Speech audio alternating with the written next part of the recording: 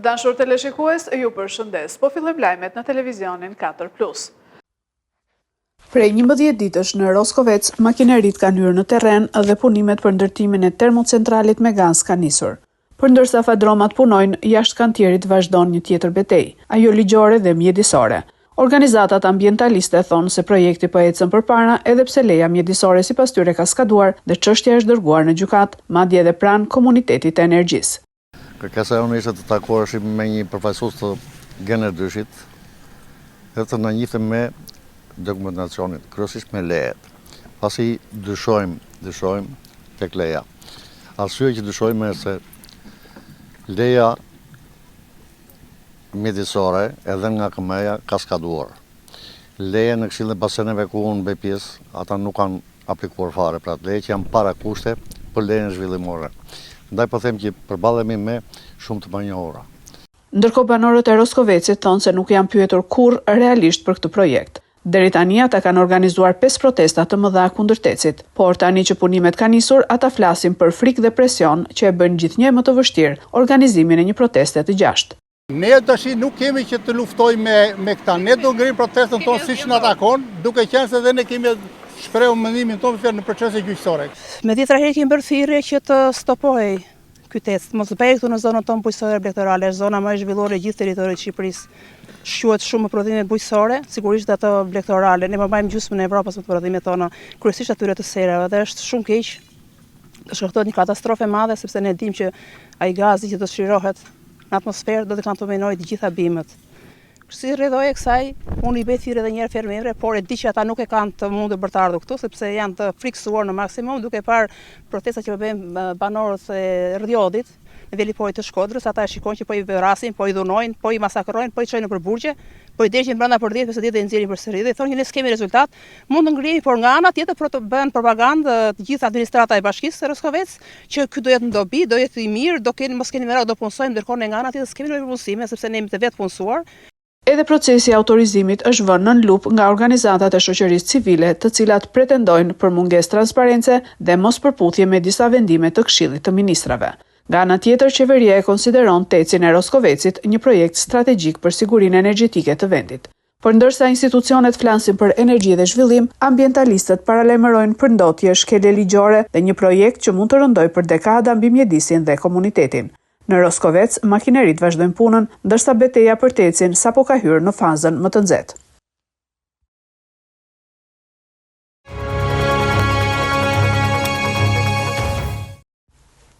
Seanca e sotme plenare në Kuvend nisi me 1 minutë heshtje për familjen e Adem Jasharit dhe për ish-deputetin e Partisë Demokratike, Tomor Dosti.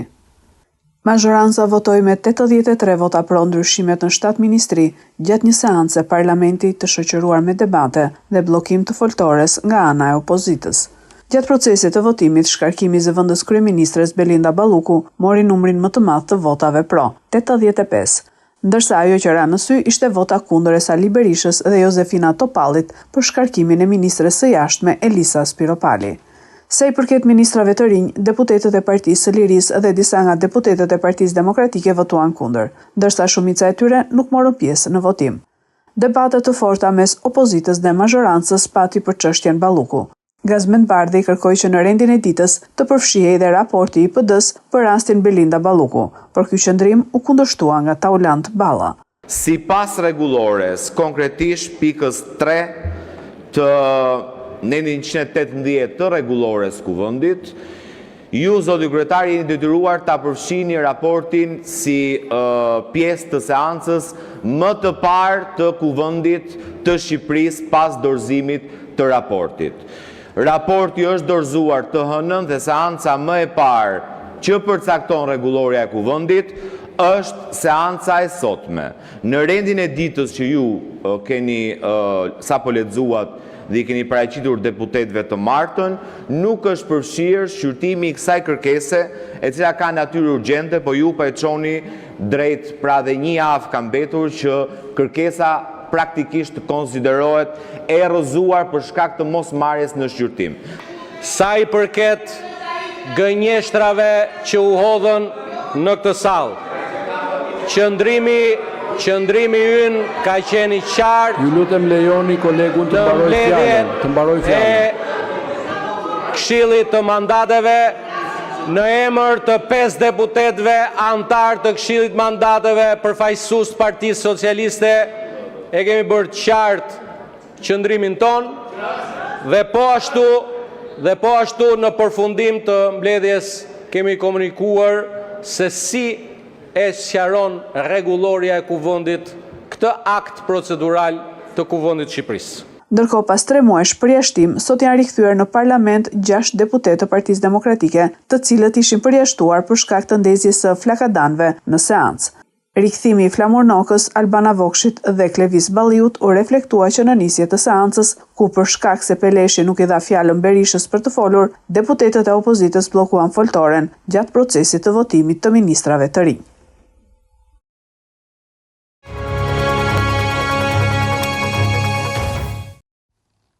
Ministre e Shëndetësisë Evi Sala mbajti sot një konferencë për shtyp se i përket reformimit të shërbimit onkologjik në nivel kombëtar. Ministrja ka njoftuar krijimin e Institutit Kombëtar të Kancerit dhe rrjetit kombëtar të tumoreve, ndërsa ka paralajmëruar analizë të plotë të situatës aktuale. Reformimi i shërbimit onkologjik, siç e kam thënë disa herë, është një prioritet kombëtar. Sëmundjet tumorale janë një sfidë globale, pasi kanceri po kalon incidencë sëmundjeve kardiake, pra po bëhet një sëmundje kronike. Për këtë arsye, 2026 është viti i riorganizimit të plot të shërbimit onkologjik. Kemi ngritur grupin e punës për krijimin e Institutit Kombëtar të Kancerit dhe rrjetit kombëtar të sëmundjeve tumorale. Kemi nisur analizën e plot të situatës aktuale, siç thash, diagnostikimi është një fillim shumë i mirë. Për këtë po shohim shpërndarjen e sëmundjeve e sëmundshmërisë sipas rajoneve, kapacitetet në nivel tercial dhe rajonal, si dhe nevojat për infrastrukturë, pajisje dhe barënar. Ministrja Sala ka njoftuar gjithashtu për një vendim të marrë ditën e djeshme në QSUT për ngritjen e qendrës së gjirit, trajtim me qendra multidimensionale për pacientët e prekur nga kanceri i gjirit. Zonja Sala foli edhe për mungesën e barnave dhe terapive për të sëmurët me sëmundje të rënda. Kemi marrë disa masa për të krijuar qëndrueshmërinë e furnizimit me barnave. Sigurisht, ekipi është gjithmonë i alert për të adresuar situatat akute për çdo pacient. Por duhet zgjidhur në mënyrë definitive problemi ose mungesat që janë her pas here. Nuk të mjaftojnë vetëm me zgjidhjet akute. Abir Ateroni, si shtat juve, tashi është ka ardhur, sigurisht me formulim të ndryshëm, por me të njëjtën cilësi, për të siguruar, për t'ju dhënë përgjigje më direkte për të detaj. Për sa i përket pyetjes detaj tjetër, ne kemi punuar edhe për protokolle shumë të mira. Çfarë sjell protokolle? Protokolle sjell që linjat e trajtimit të jenë të standardizuara në bazë të standardeve europiane dhe kjo është një nga faktorët çon që të ketë një furnizim të vazhdueshëm dhe të qëndrueshëm, sepse dihen protokollet janë të standardizuara. Jo për të munguar një barë treg, po për të bërë më mirë planifikimin e barëve onkologjike që duan. Dhe jo vetëm onkologjike, për te onkologjike.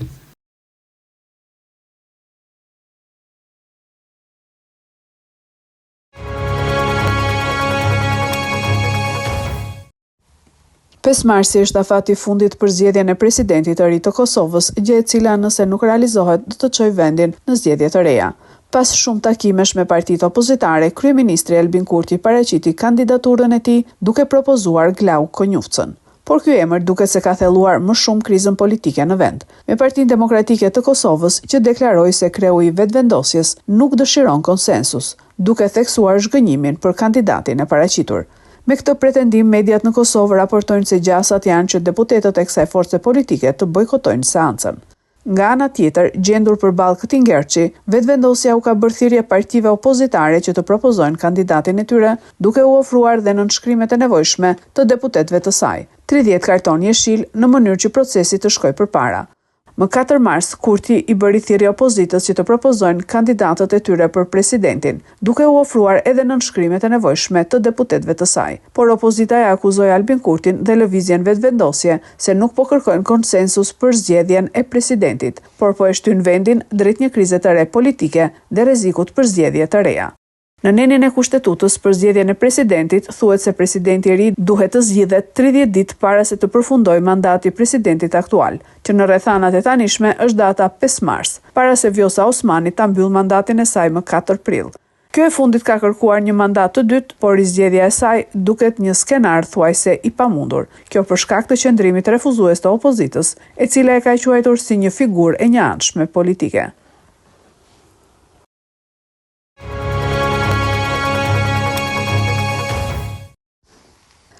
Qindra luftëtar kurd ka nisur një ofensiv toksore në Iran, sipas Jerusalem Post, që pohon aktivizimin e milicëve kurd në zonat pranë kufirit me Irakun. Forcat kurde që operojnë përgjatë kësaj vije kufitare konsiderohen si një nga grupet më të rëndësishme të opozitës armatosur që përballen me regjimin në Teheran. Sipas burimeve kurde, këto grupe kanë qenë duke u përgatitur ditët e fundit për të marrë pjesë në operacione toksore në perëndim të Iranit me qëllim që të ushtrojnë presion mbi forcat e sigurisë iraniane dhe të shpërndajnë vëmendjen e tyre në disa fronte. Të dielën në mbrëmje presidenti amerikan Trump kishte zhvilluar një bisedë me drejtues të grupeve paraushtarake kurde të Irakut për të diskutuar situatën në Iran. CNN njoftoi po ashtu më herët se CIA po shqyrton plane për të armatosur forcat kurde me synimin për të nxitur një kryengritje popullore. Lëvizje kjo e mbështetur në një strategji të qartë të nisur nga fakti që kurdët kanë përvojë luftarake nga betejë kundër shtetit islamik.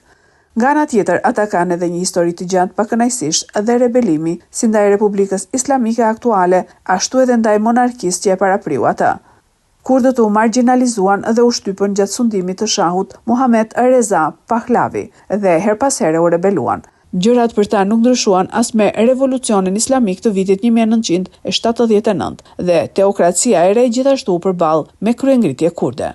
Forcat iraniane u përgjigjen duke shkatruar qytete dhe fshatra kurd gjatë përleshjeve që zgjatën disa muaj dhe që lanë mijëra të vrarë. Kur u pyet për telefonatën dhe për raportimet se Trump kishte kërkuar mbështetje ushtarake për grupet kurde iraniane, zëdhënësja e Shtëpisë së Bardhë tha se ai foli me liderët kurd në lidhje me bazën që kemi në veri të Irakut, por mohoi që Trump të kishte rënë dakord për një plan të caktuar. Ndërkohë rajoni kurd ka përjetuar një seri sulmesh me dronë dhe raketa nga Irani dhe milicit irakiane aleatë të tij ditët e fundit, duke shënjestruar bazat ushtarake amerikane dhe konsullatën amerikane në Erbil, si dhe bazat e grupeve kurde. Këto grupe konsiderohen gjerësisht si fraksioni më i organizuar i opozitës së fragmentuar iraniane dhe besohet se kanë mijëra luftëtar me përvojë në betejë. Përfshirja e tyre në luftë mund të përbëjë një sfidë të madhe për autoritetet e rrethuara në Teheran, por nga ana tjetër rrezikon të tërheqë edhe më shumë Irakun në konflikt. Këto ishin lajmet tona për sot. Lajmet i gjeni edhe në internet në website-in 4plusmedia.tv. Bashkë mirupafshim.